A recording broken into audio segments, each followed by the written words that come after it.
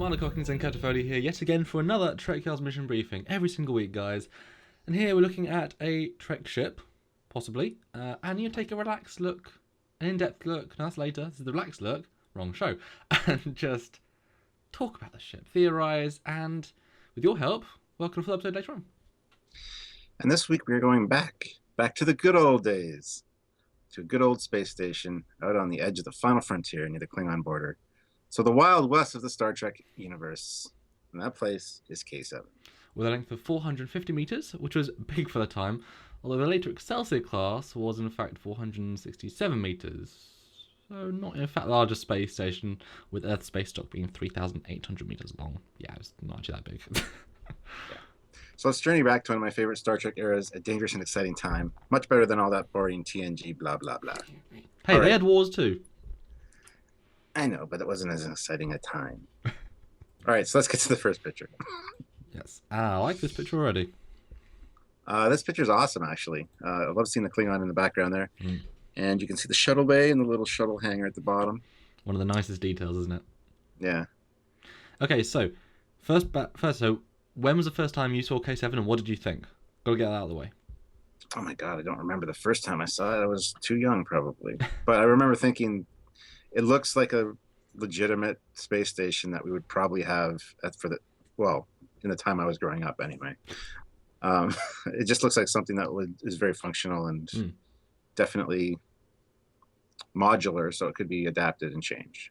Yeah, I remember. Obviously, the first time for me is 15 years ago when I was very, very young. But I do remember the feel of it. It feels very 23rd century. Like, I was brought up on all Star Trek roughly at the same time. Yeah. So everything fits into its own era in my head. So this feels very natural, feels right, and I can definitely, see it as being a space station of some variation. I mean, it's a great little design. Yeah. With a massive K7 painted on the hull. Yes, and then KA, KB, and KC for the different modules, I believe. So. Okay, well, on to the next photo. This is a cool one. I like this. Awesome shot. United Federation of Planets, yep, K7. Beautiful Enterprise there. It's interesting. Why would you... So, do you know what the designation behind the blue cone and the green cones are? On the top of them? Because in the original version, they haven't. Well, they got the blue one. But this is a very distinct blue and green cone. That's a good question. I have no idea. Maybe long range transmitter and short range? I don't know. Interesting. What I like about this design, I think, and you can kind of see it from the top, is that it's not just a circle, and they're not just spheres, cylinders, whatever. They're not just that shape. They've got that detailing of the slightly thicker bit than the inner bit, and it just gives it that extra texture. And it's really subtle. It's really simple, but it gives it that extra feel. I like it. Yeah, and I like seeing this in orbit. And seeing the planet underneath, and then the Enterprise kind of just a little above it for scaling purposes. So it's not cool. The hugest station in the world, but very impressive at the time. Yeah. All right, so the next picture is a great shot of two ships. We got a Scout class, and we got the Constitution class there. It's very dark, isn't it? It is very dark. Must be night. Maybe there's an eclipse going on. There's a planet blocking this. I don't know. It's cool. It hasn't got the same blue-green dome. I think this is close to the original one, but it's... Yeah, I don't know. Like, it doesn't feel to me like Starfleet, and that's part of the point, because it's not Starfleet. It's a Federation design. Yes. Yep, and the next one is very busy. Very, very busy. Wow, we've got lots of variations. Look at that top ship. That's an interesting one. It's taken a leaf out of the Dreadnought book, but then also a tanker almost. It's cool. Yeah, I can't remember the class name for that one, but it's definitely one of my favorites, and it is used in Starfleet battles. And there's the Larson class over there as well on the right-hand side. And then the robotic freighter. Which is... I can't remember what it's called, but yeah, it just fits so well into the aesthetic, doesn't it? With all the TOS. So what is that big pod then? Because I've seen it in a couple of other photos. You all the normal cylinders. What is that pod that's sticking out of the upper saucer? That's the central office complex, I believe. I'd have to look at the blueprints again. I haven't looked at them in quite a while. So that's where the Klingons will target when they come for K7. Maybe. I don't know. I don't know why you want to blow up K7. It's not gonna I would just take it over personally. All right, so moving to the next picture is we got an Orthos here, so this is awesome. Let's see. Green, red, blue, and blue. Okay. Yeah. And 4 Type 6 phaser banks. Okay. That's okay, but then if they're being pumped with a lot of extra energy, they can probably fire quicker than average phasers. Charged and fired, so they're probably still pretty deadly. 50 decks, pretty big. Yeah, not much. Only 250 crew and 800 temporary. That's pretty small, considering. Yeah, that's way less than a Constitution class. Well, it's half the Constitution class capacity. But then if most of it's there for storage, but theoretically it's a trade station, then obviously you need a lot of that storage space.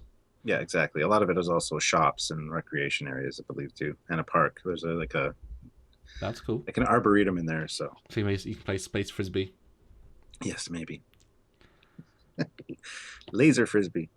That sounds dangerous. You need special gloves for that. It's not capable of independent movement, only attitude control. So unlike DS9, where we see once it used those big thrusters, this is just a... So this must have been built there then, I guess, or tracted, possibly. It's probably built there, I would imagine. But wouldn't you add some sort of... Well, I guess, how would impulse help you do anything? I mean, if you can't warp away, sublight travel is very limiting. Yeah, there's no need for it. It's just that you need the attitude and, just to change your orbit should anything go wrong or whatever. So interesting. So the next one is interesting. It's a bit of a cross universe there. I see a Federation shuttle and an Eagle from Space 1999. Which is a great design. Look forward to talking about it at some point. Yeah, that's fun. Interesting scale though, because I've rendered quite a few animations with K7, and actually the shuttle's a bit smaller than that. That's actually a little bit oversized. I think the Eagle's probably about right, but yeah. Interesting. Although it's not a big parking garage, really. And like I say, it is bigger in the actual model, but it's not really very huge. Only one floor as well. I mean, that's it. And actually, if you look at the way it's designed, that's very similar to the Constitution class, with those 2 parts on either side and then vaguely on the top. They probably took some cues from that rather than building anything completely original. I don't know. Well, I'll stick with what works, right? And it says, and it says 2. Does that imply there's another hidden shuttle bay, or that this pod is number 2? Maybe there's another one on the other side. Yeah. What if there's that makes sense, wouldn't it? So the whole bottom is the parking garage. You take a turbo lift up, and then Don't know. All right. So next picture. There's a picture of a model that somebody built, and that's the shuttle does look smaller in this one. Yeah. Welcome to K7. Now go home. And that's a Battlestar Galactica ship there on the from right. the classic. Well, I think it is in the new one, but very limited. Yeah, it's a Boomer's ship. What's that one called? Colonial Shuttle? I think it's just called that, isn't it? I don't know. I forget. But welcome to K7. Now go home. That's funny. That's funny. So we just threw this in for shits and giggles, I guess. And the next one is interesting. This is not going to be the same station, presumably. Well, not only has it got different tips, they're all grey, I suppose. It's also a Drydock. But since there is the round cylinder you talked about that's attached to the central part is actually square on this one. Oh, okay. So. Changes the aesthetic a little bit, doesn't it? Yeah. So one could assume that this is around Earth, perhaps, because that kind of looks like Earth. Well, it just looks like a Type M planet. I know, but I mean, you got the Drydock there. I would just naturally assume this is Earth. I don't know. I think Starfleet would have Starfleet installations only around Earth, just for pure security reasons. It's the home of the Federation. It's where the Federation Council are. It's where Council is. It's where Starfleet Academy is. You've got space. I disagree. You'd have civilian stuff up there too. I mean, that would be there first before Starfleet actually got created. But not necessarily. Well, no, because you in Enterprise you had some stations up there, and they were Starfleet, because that was the first go out and explore after NASA. So, well, apart from the one that's sort of not canon, but. Yeah, I'm going to have to disagree with you on that. Okay. There's definitely civilian stuff in Earth. No, I'm sure there is, but I would think they'd be part of Starfleet's stations because they'd want the security. You can imagine if any Tellarite with a bomb got through into Earth's orbit, steals a shuttle. I mean, civilian stations won't have as much security. Whereas if you had the Starfleet space station with civilian parts, then you have the security level, and also you have the people going in and out. I disagree. Okay. Airports aren't under military control. Yes, because this is the future, and it's space, and Earth's the center of the entire. Yeah, it's like, well, yeah, but the UN have more military, I'm sure, in their, you know, for Brussels is airport. I'm sure they have a police station, police force right there. Well, yeah, every airport has. Well, yeah, security, but it's like it's the head of a galaxy-wide organization. I don't know. Okay. I disagree. Okay. We'll move on to the next photo then. All right, next photo. Because I disagree. Oh, this is cool. This is cool. Size comparison with Deep Space Nine. That Drydock is much bigger. That's cool. And that Bachneth station is the one for it's a special one for the High Council, isn't it? Where they go kill the Martok changeling, I believe, the Klingon station. I think. I don't remember. I think it is. It looks like that. Yeah, Deep Space Nine, definitely the next generation of space station. Although not as big as I would have thought, though. I thought it would be bigger just from the crew of 250 on the K7. Just kind of threw me, I guess. The Defiant is pretty much the size of just one of the station pods, pretty much. And the next photo is very cool. I like this. This is, I suppose, K7 Mark II, K7 refit. So it's got 2 shuttle bays, which look like USB ports, and differently leveled and differently scaled pods, and 2 top pods. I love this. This is awesome. Yeah, this is a nice look. And yeah, one would assume it's just the next evolution of the station as it got busier. Yeah, absolutely. Although in Star Trek Online, it hasn't really changed outside. Yeah, well, it's obviously just a fan design, but this I could see being. This I see is more operational and more rugged, if it makes sense. This is what I think you design dealing with the ever-growing needs of an intergalactic organization, whereas the other one is just, hey, let's build a station. Oh crap! Now there's too many people coming. Like this feels much more capable. Yeah. Very cool design. I know they've just doubled everything, but the placement is good. Yeah. And the next one is just another variant as well, with more sensor pods, or perhaps not grain storage, but storage cargo facilities located on the bottom there. Interesting. Or it could be a fueling station. It could just be matter, antimatter tanks, and then you come in and you just refuel off it. So you need. I mean, that'd be really helpful to have, wouldn't it? Yeah. It's interesting that they all say K7 on the top. They should have different numbers because they're definitely different stations. But well, they cheaped out by having the same drawn bit at the top. Yeah. For each one. Yeah. I quite like the shuttle bay in the middle though. Gives it a bit more. I was just going to mention that actually. Yeah, it seems to make more sense almost. Oh, wouldn't this be a cool USB device? Almost. It would. Just hang on your wall, plug it in, and it's like, I don't know, USB. And those are all speakers. That'd be cool. I'd have that on my wall as a USB device. Of course you would. Look at your wall. Yeah. Get some right. Oh, you can't see it. Damn it, it's out of screen. There is one right there. Where my fingers can see part of it. See that there. Anyway, so yeah, and the next photo is. This is a breakdown of the top, which has command operations, station commander chief, VIP lounge, theatre and botanical garden. Okay, and this is so the commander operations are not in the offices section. Well, there's a whole bunch of different schematics for K7. Okay. Some are like they're variants. This has the botanical gardens at that level, and another one I've seen, more official ones have it down lower, more central to in the station. So okay, it's hard to say what's legit, but this looks like an actual monitor that you would have seen in the background almost.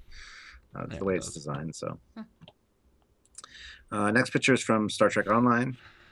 And how was it going to K7 for the first time in Star Trek Online?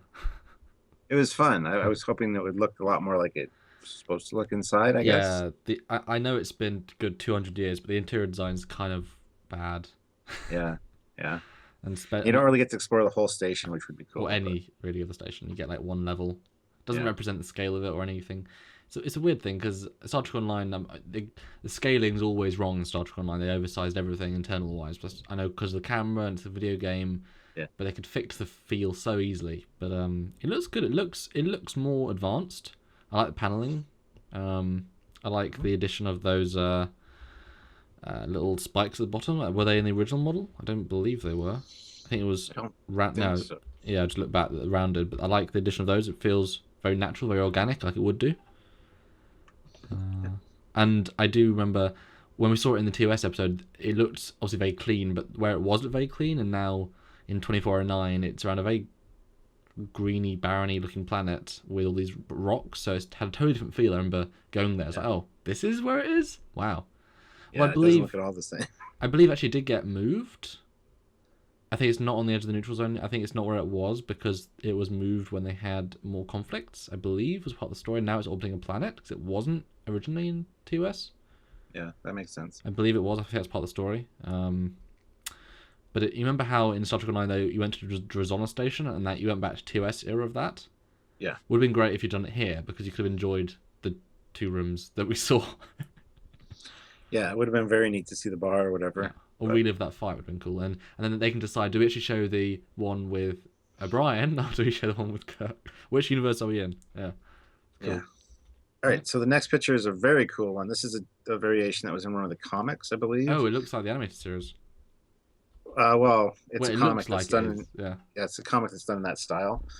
But to have a Drydock attached to one of these stations is an amazing idea. And I think we've talked about stations that would look great with that sort of functionality, and it suits it. Yeah. And I think 2-3 years ago, there was this model at Wonderfest. Somebody had done one up with a little Enterprise in the Drydock. It was really very cool. Yeah, it makes a lot of sense. Although this still obviously wouldn't be the K7, this would probably be a K8. I don't know, but the purpose. I mean, it wouldn't be more of a trade. It'd be more of a repair and refueling, and I don't know, because what would the Drydock? I mean, a Drydock, it tends to be there for repairs and for building. So what purpose would it have with the civilian craft of space station? Do you think? Just for repairs and refueling, more than likely. I mean, you're gonna need repairs when you're out doing things, and it's obviously used for Starfleet as well. I mean, most of these civilian stations did have Starfleet contingents on board, so that's cool. And the next photo is the Enterprise leaving said Drydock. There's a very different Drydock. It's obviously older, I'm gonna say, because the newer one has more space in between. It does feel more like they didn't have the tactile strength to be able to build a thing with lots of spaces. They just built one more together. I don't know. I'm reaching, but I don't know. It feels older. Yes. Yeah. No, I don't know. It's just probably like again, it's not military. It's civilian. So That's true. That's true. Yeah. Just different design, different company built it or And whatever. I like how it's implying that all those internal structure parts are actually lights, LEDs, as it were. So the whole thing is just illuminated, which is interesting. Mm-hmm. And the next one is something big. These are some pretty heavy schematics. Okay, let's try. There you go.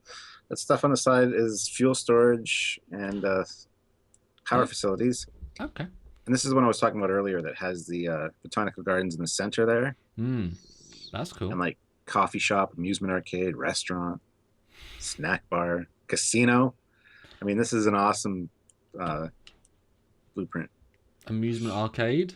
They've got space, time crisis, and that's cool. If you look on the bottom too, there is 2 shuttle bays. One's for small craft. Well, small craft hangars, what it says. Yeah. So one's probably for the smallest of the shuttles, and one's for, a very small craft. Mm-hmm. But in a space, I don't know. Whatever. This almost makes the station look bigger than it. Yeah, it does. But although that not just speaking, because we always sort of forget. I mean, the Enterprise 1701 is small, but at the same time, it's still pretty big. There's still a lot in it. Mm-hmm. So this is really getting a perspective of actually how many rooms you can still fit in. Oh, look, there's actually crew quarters right in the middle of the arms. So you got turbo lift, you got sidewalk. That's cool, and then crew quarters in between. Mm-hmm. So, you just sort of take it. So you just sort of live in it. You step out, and you go up and hit turbo lift, or you go down, take the. That's cool. Yeah, and in the one pod there, you got a theater, you got a stage, Tennis library, courts. sun deck, and a pool. I mean, this is awesome. I want to visit this place. This is cool. A lot of bars and lounge and staterooms. This is cool. Yeah, it looks like this is a very fully featured place. All right, so let's move on to the next photo, where it's another size comparison. I have to look This at this. time, I have to look at this a lot to do renders. this time with Earth space dock. Yes, and you got Jupiter Station there. Regular, well, a version of regular one. No, there you go. Tiger Core. That's the one with the Kronos. The High Council. I was wrong. That's the actual Klingon one. Don't know what the other one was then, but yeah, that really. I mean, I love Earth space dock. It's an incredible design. Yeah, that is huge. Oh yeah, there is regular down there. So small. I was looking at the one above it, the Starbase, because that's regular like. Yeah. But yeah, it's amazing. K7 really is the a relic of its time, as it were. But I'm happy it still exists in Star Trek Online. It's a nice touch. But yeah, it really does show you though the orbital office complex and regular one. If you look at them, they're small, but if you can fit that much in K7, they're still, got a lot of stuff you can put in them. So there's probably lots of labs, definitely more than we saw in the movie. Yeah, and they are just scientific research facilities, so packed with labs. And the next one is interesting. This is one of Matt Jeffries' original concepts for K7. Okay. So. Well, it's not as impressive. I could probably make it out of whatever I have in my house. It's like 4 frying pans, some salt shakers, and some toilet paper, yeah. paper towel tubes. I was gonna say, I'm really glad I went with the other one. Dimensionality helps, and this just looks odd, and it definitely doesn't look very functional unless you really scale up it. No, sorry, Matt. Well, anything in the design process is that Yeah. it's a process. Yeah, this is just one of the early renders. So, but still interesting. It's good to see the process. Yeah. And last of all, we get to see its last appearance with it was in Prelude of Axanar, I guess, but this is its last K7 specific appearance in Phase 2 episode K'Tumba. And there's it with the Saladin Enterprise, another colony, and it looks great. It does. This makes it kind of sing for me. It takes me back to my original viewing of TOS when everything looks so impressive. And now it doesn't really. Well, the remaster does, but yeah, this just looks so crisp and clean and just awesome. So this brings the imagery up to today, and that again shows you, like with the TOS Connie, the design, the style holds up. It's just how it's presented, which is absolutely timeless. It looks great, and the lighting, although he hasn't got the coloured domes tops as much. Although there might be some red ones, but it looks either very subtle or not at all there. But it's really nice. So any last thoughts on the Space Station K7?